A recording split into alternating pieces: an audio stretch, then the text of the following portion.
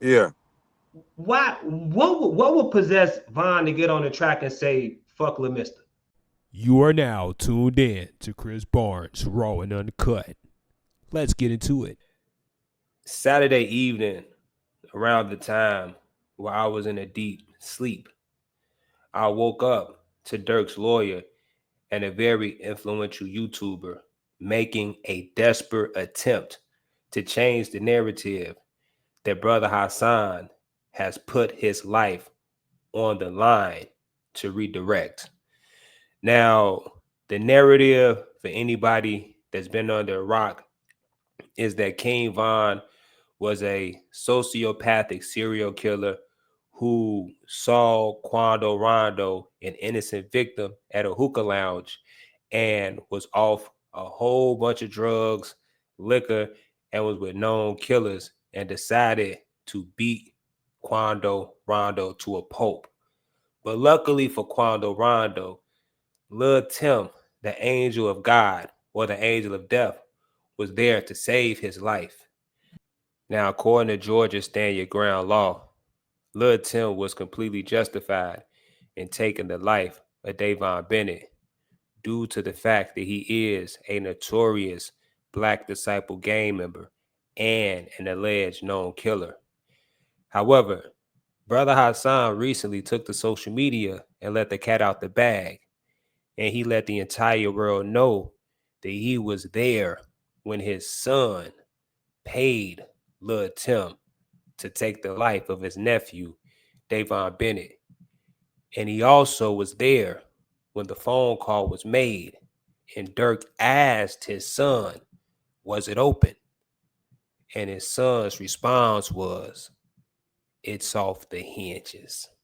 We're going to put an end to this nonsense that Brother Hassan has not talked to King Von's lawyer.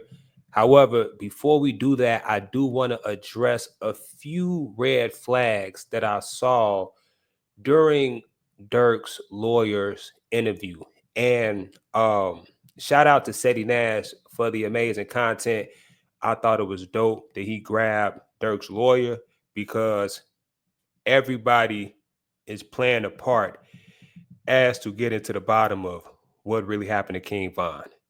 Now, as soon as the lawyer went online, I sent it to Brother Hassan because I'm like, hey, look at this. They calling you a liar. Seti Nash, he called King Von's uncle a liar.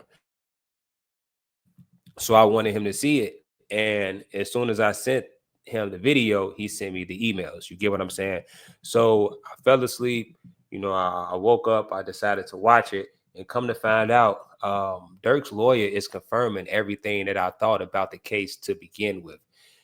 The fact that Durk and Von had different lawyers on the same case leads me to believe that these two individuals were going to have different stories as to what happened at that night when that young man got shot outside of that nightclub.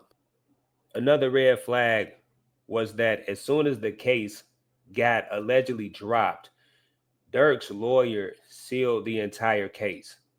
Now, I'm all for protecting your privacy. However, Durk is the self proclaimed voice of the streets. And for the past 6 years, the streets have had concerns on whether he told on Vine. And a simple paperwork party would have cleared everything up. However, Durk never cleared it up. Now, I want to get to these text messages because I was a doubter just like you all. I didn't want to believe that Brother Hassan would get on social media and make these strong claims and tell the truth. However, he is coming with receipts. All right. So Durk's lawyer already admitted that they did not represent Durk during the trial. Excuse me. Durk's lawyer already admitted that they did not represent Vaughn during the trial.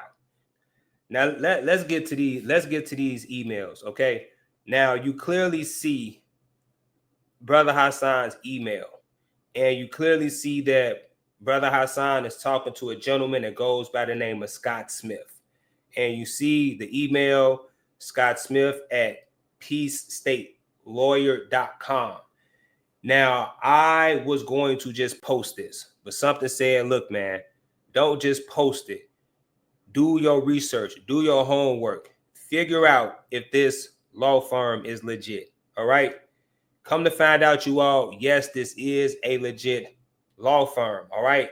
And stick around for part 2 because there's more text messages and there's more emails proving everything that Brother Hassan is saying about Davon Bennett getting snitched on by Lil Durk. Okay? Now, you all, before I get up out of here, we got, you know what I'm saying, we got Brother Hassan interview dropping real soon. I just wanted to give y'all a 2-second clip. This was breaking news. You know what I'm saying? It's a lot going on in the mainstream media. They trying to clean up 6 years of lies that they told. So, you know, I should have been dropped this as soon as the interview dropped.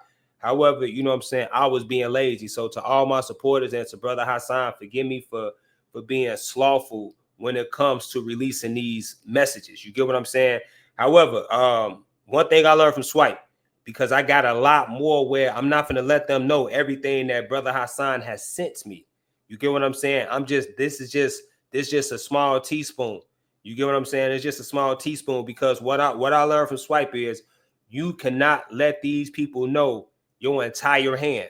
So I'm letting y'all know that Brother Hassan contacted Scott Smith September 27, 2019. If anybody that's confused about numbers, that is 7 months after Von and Durk was charged with that shooting. All right, they was charged with that shooting. So, like and share for part 2. I got Brother Hassan interview. If y'all want me to drop part 1 of Brother Hassan interview in the next hour, make this go viral. You get what I'm saying? Like let his side go viral because we already know Sadie Nash got a huge platform, Academics got a huge platform, Traplo Ross got a huge platform, and I'm not here to say they lying. I'm just here to present the evidence, y'all. You know what I'm saying? So they present their evidence, Brother Hassan presenting his evidence, and we gonna let the people decide. But just you all decide for yourself. All right. I'm gonna catch y'all on the next one. I'm out.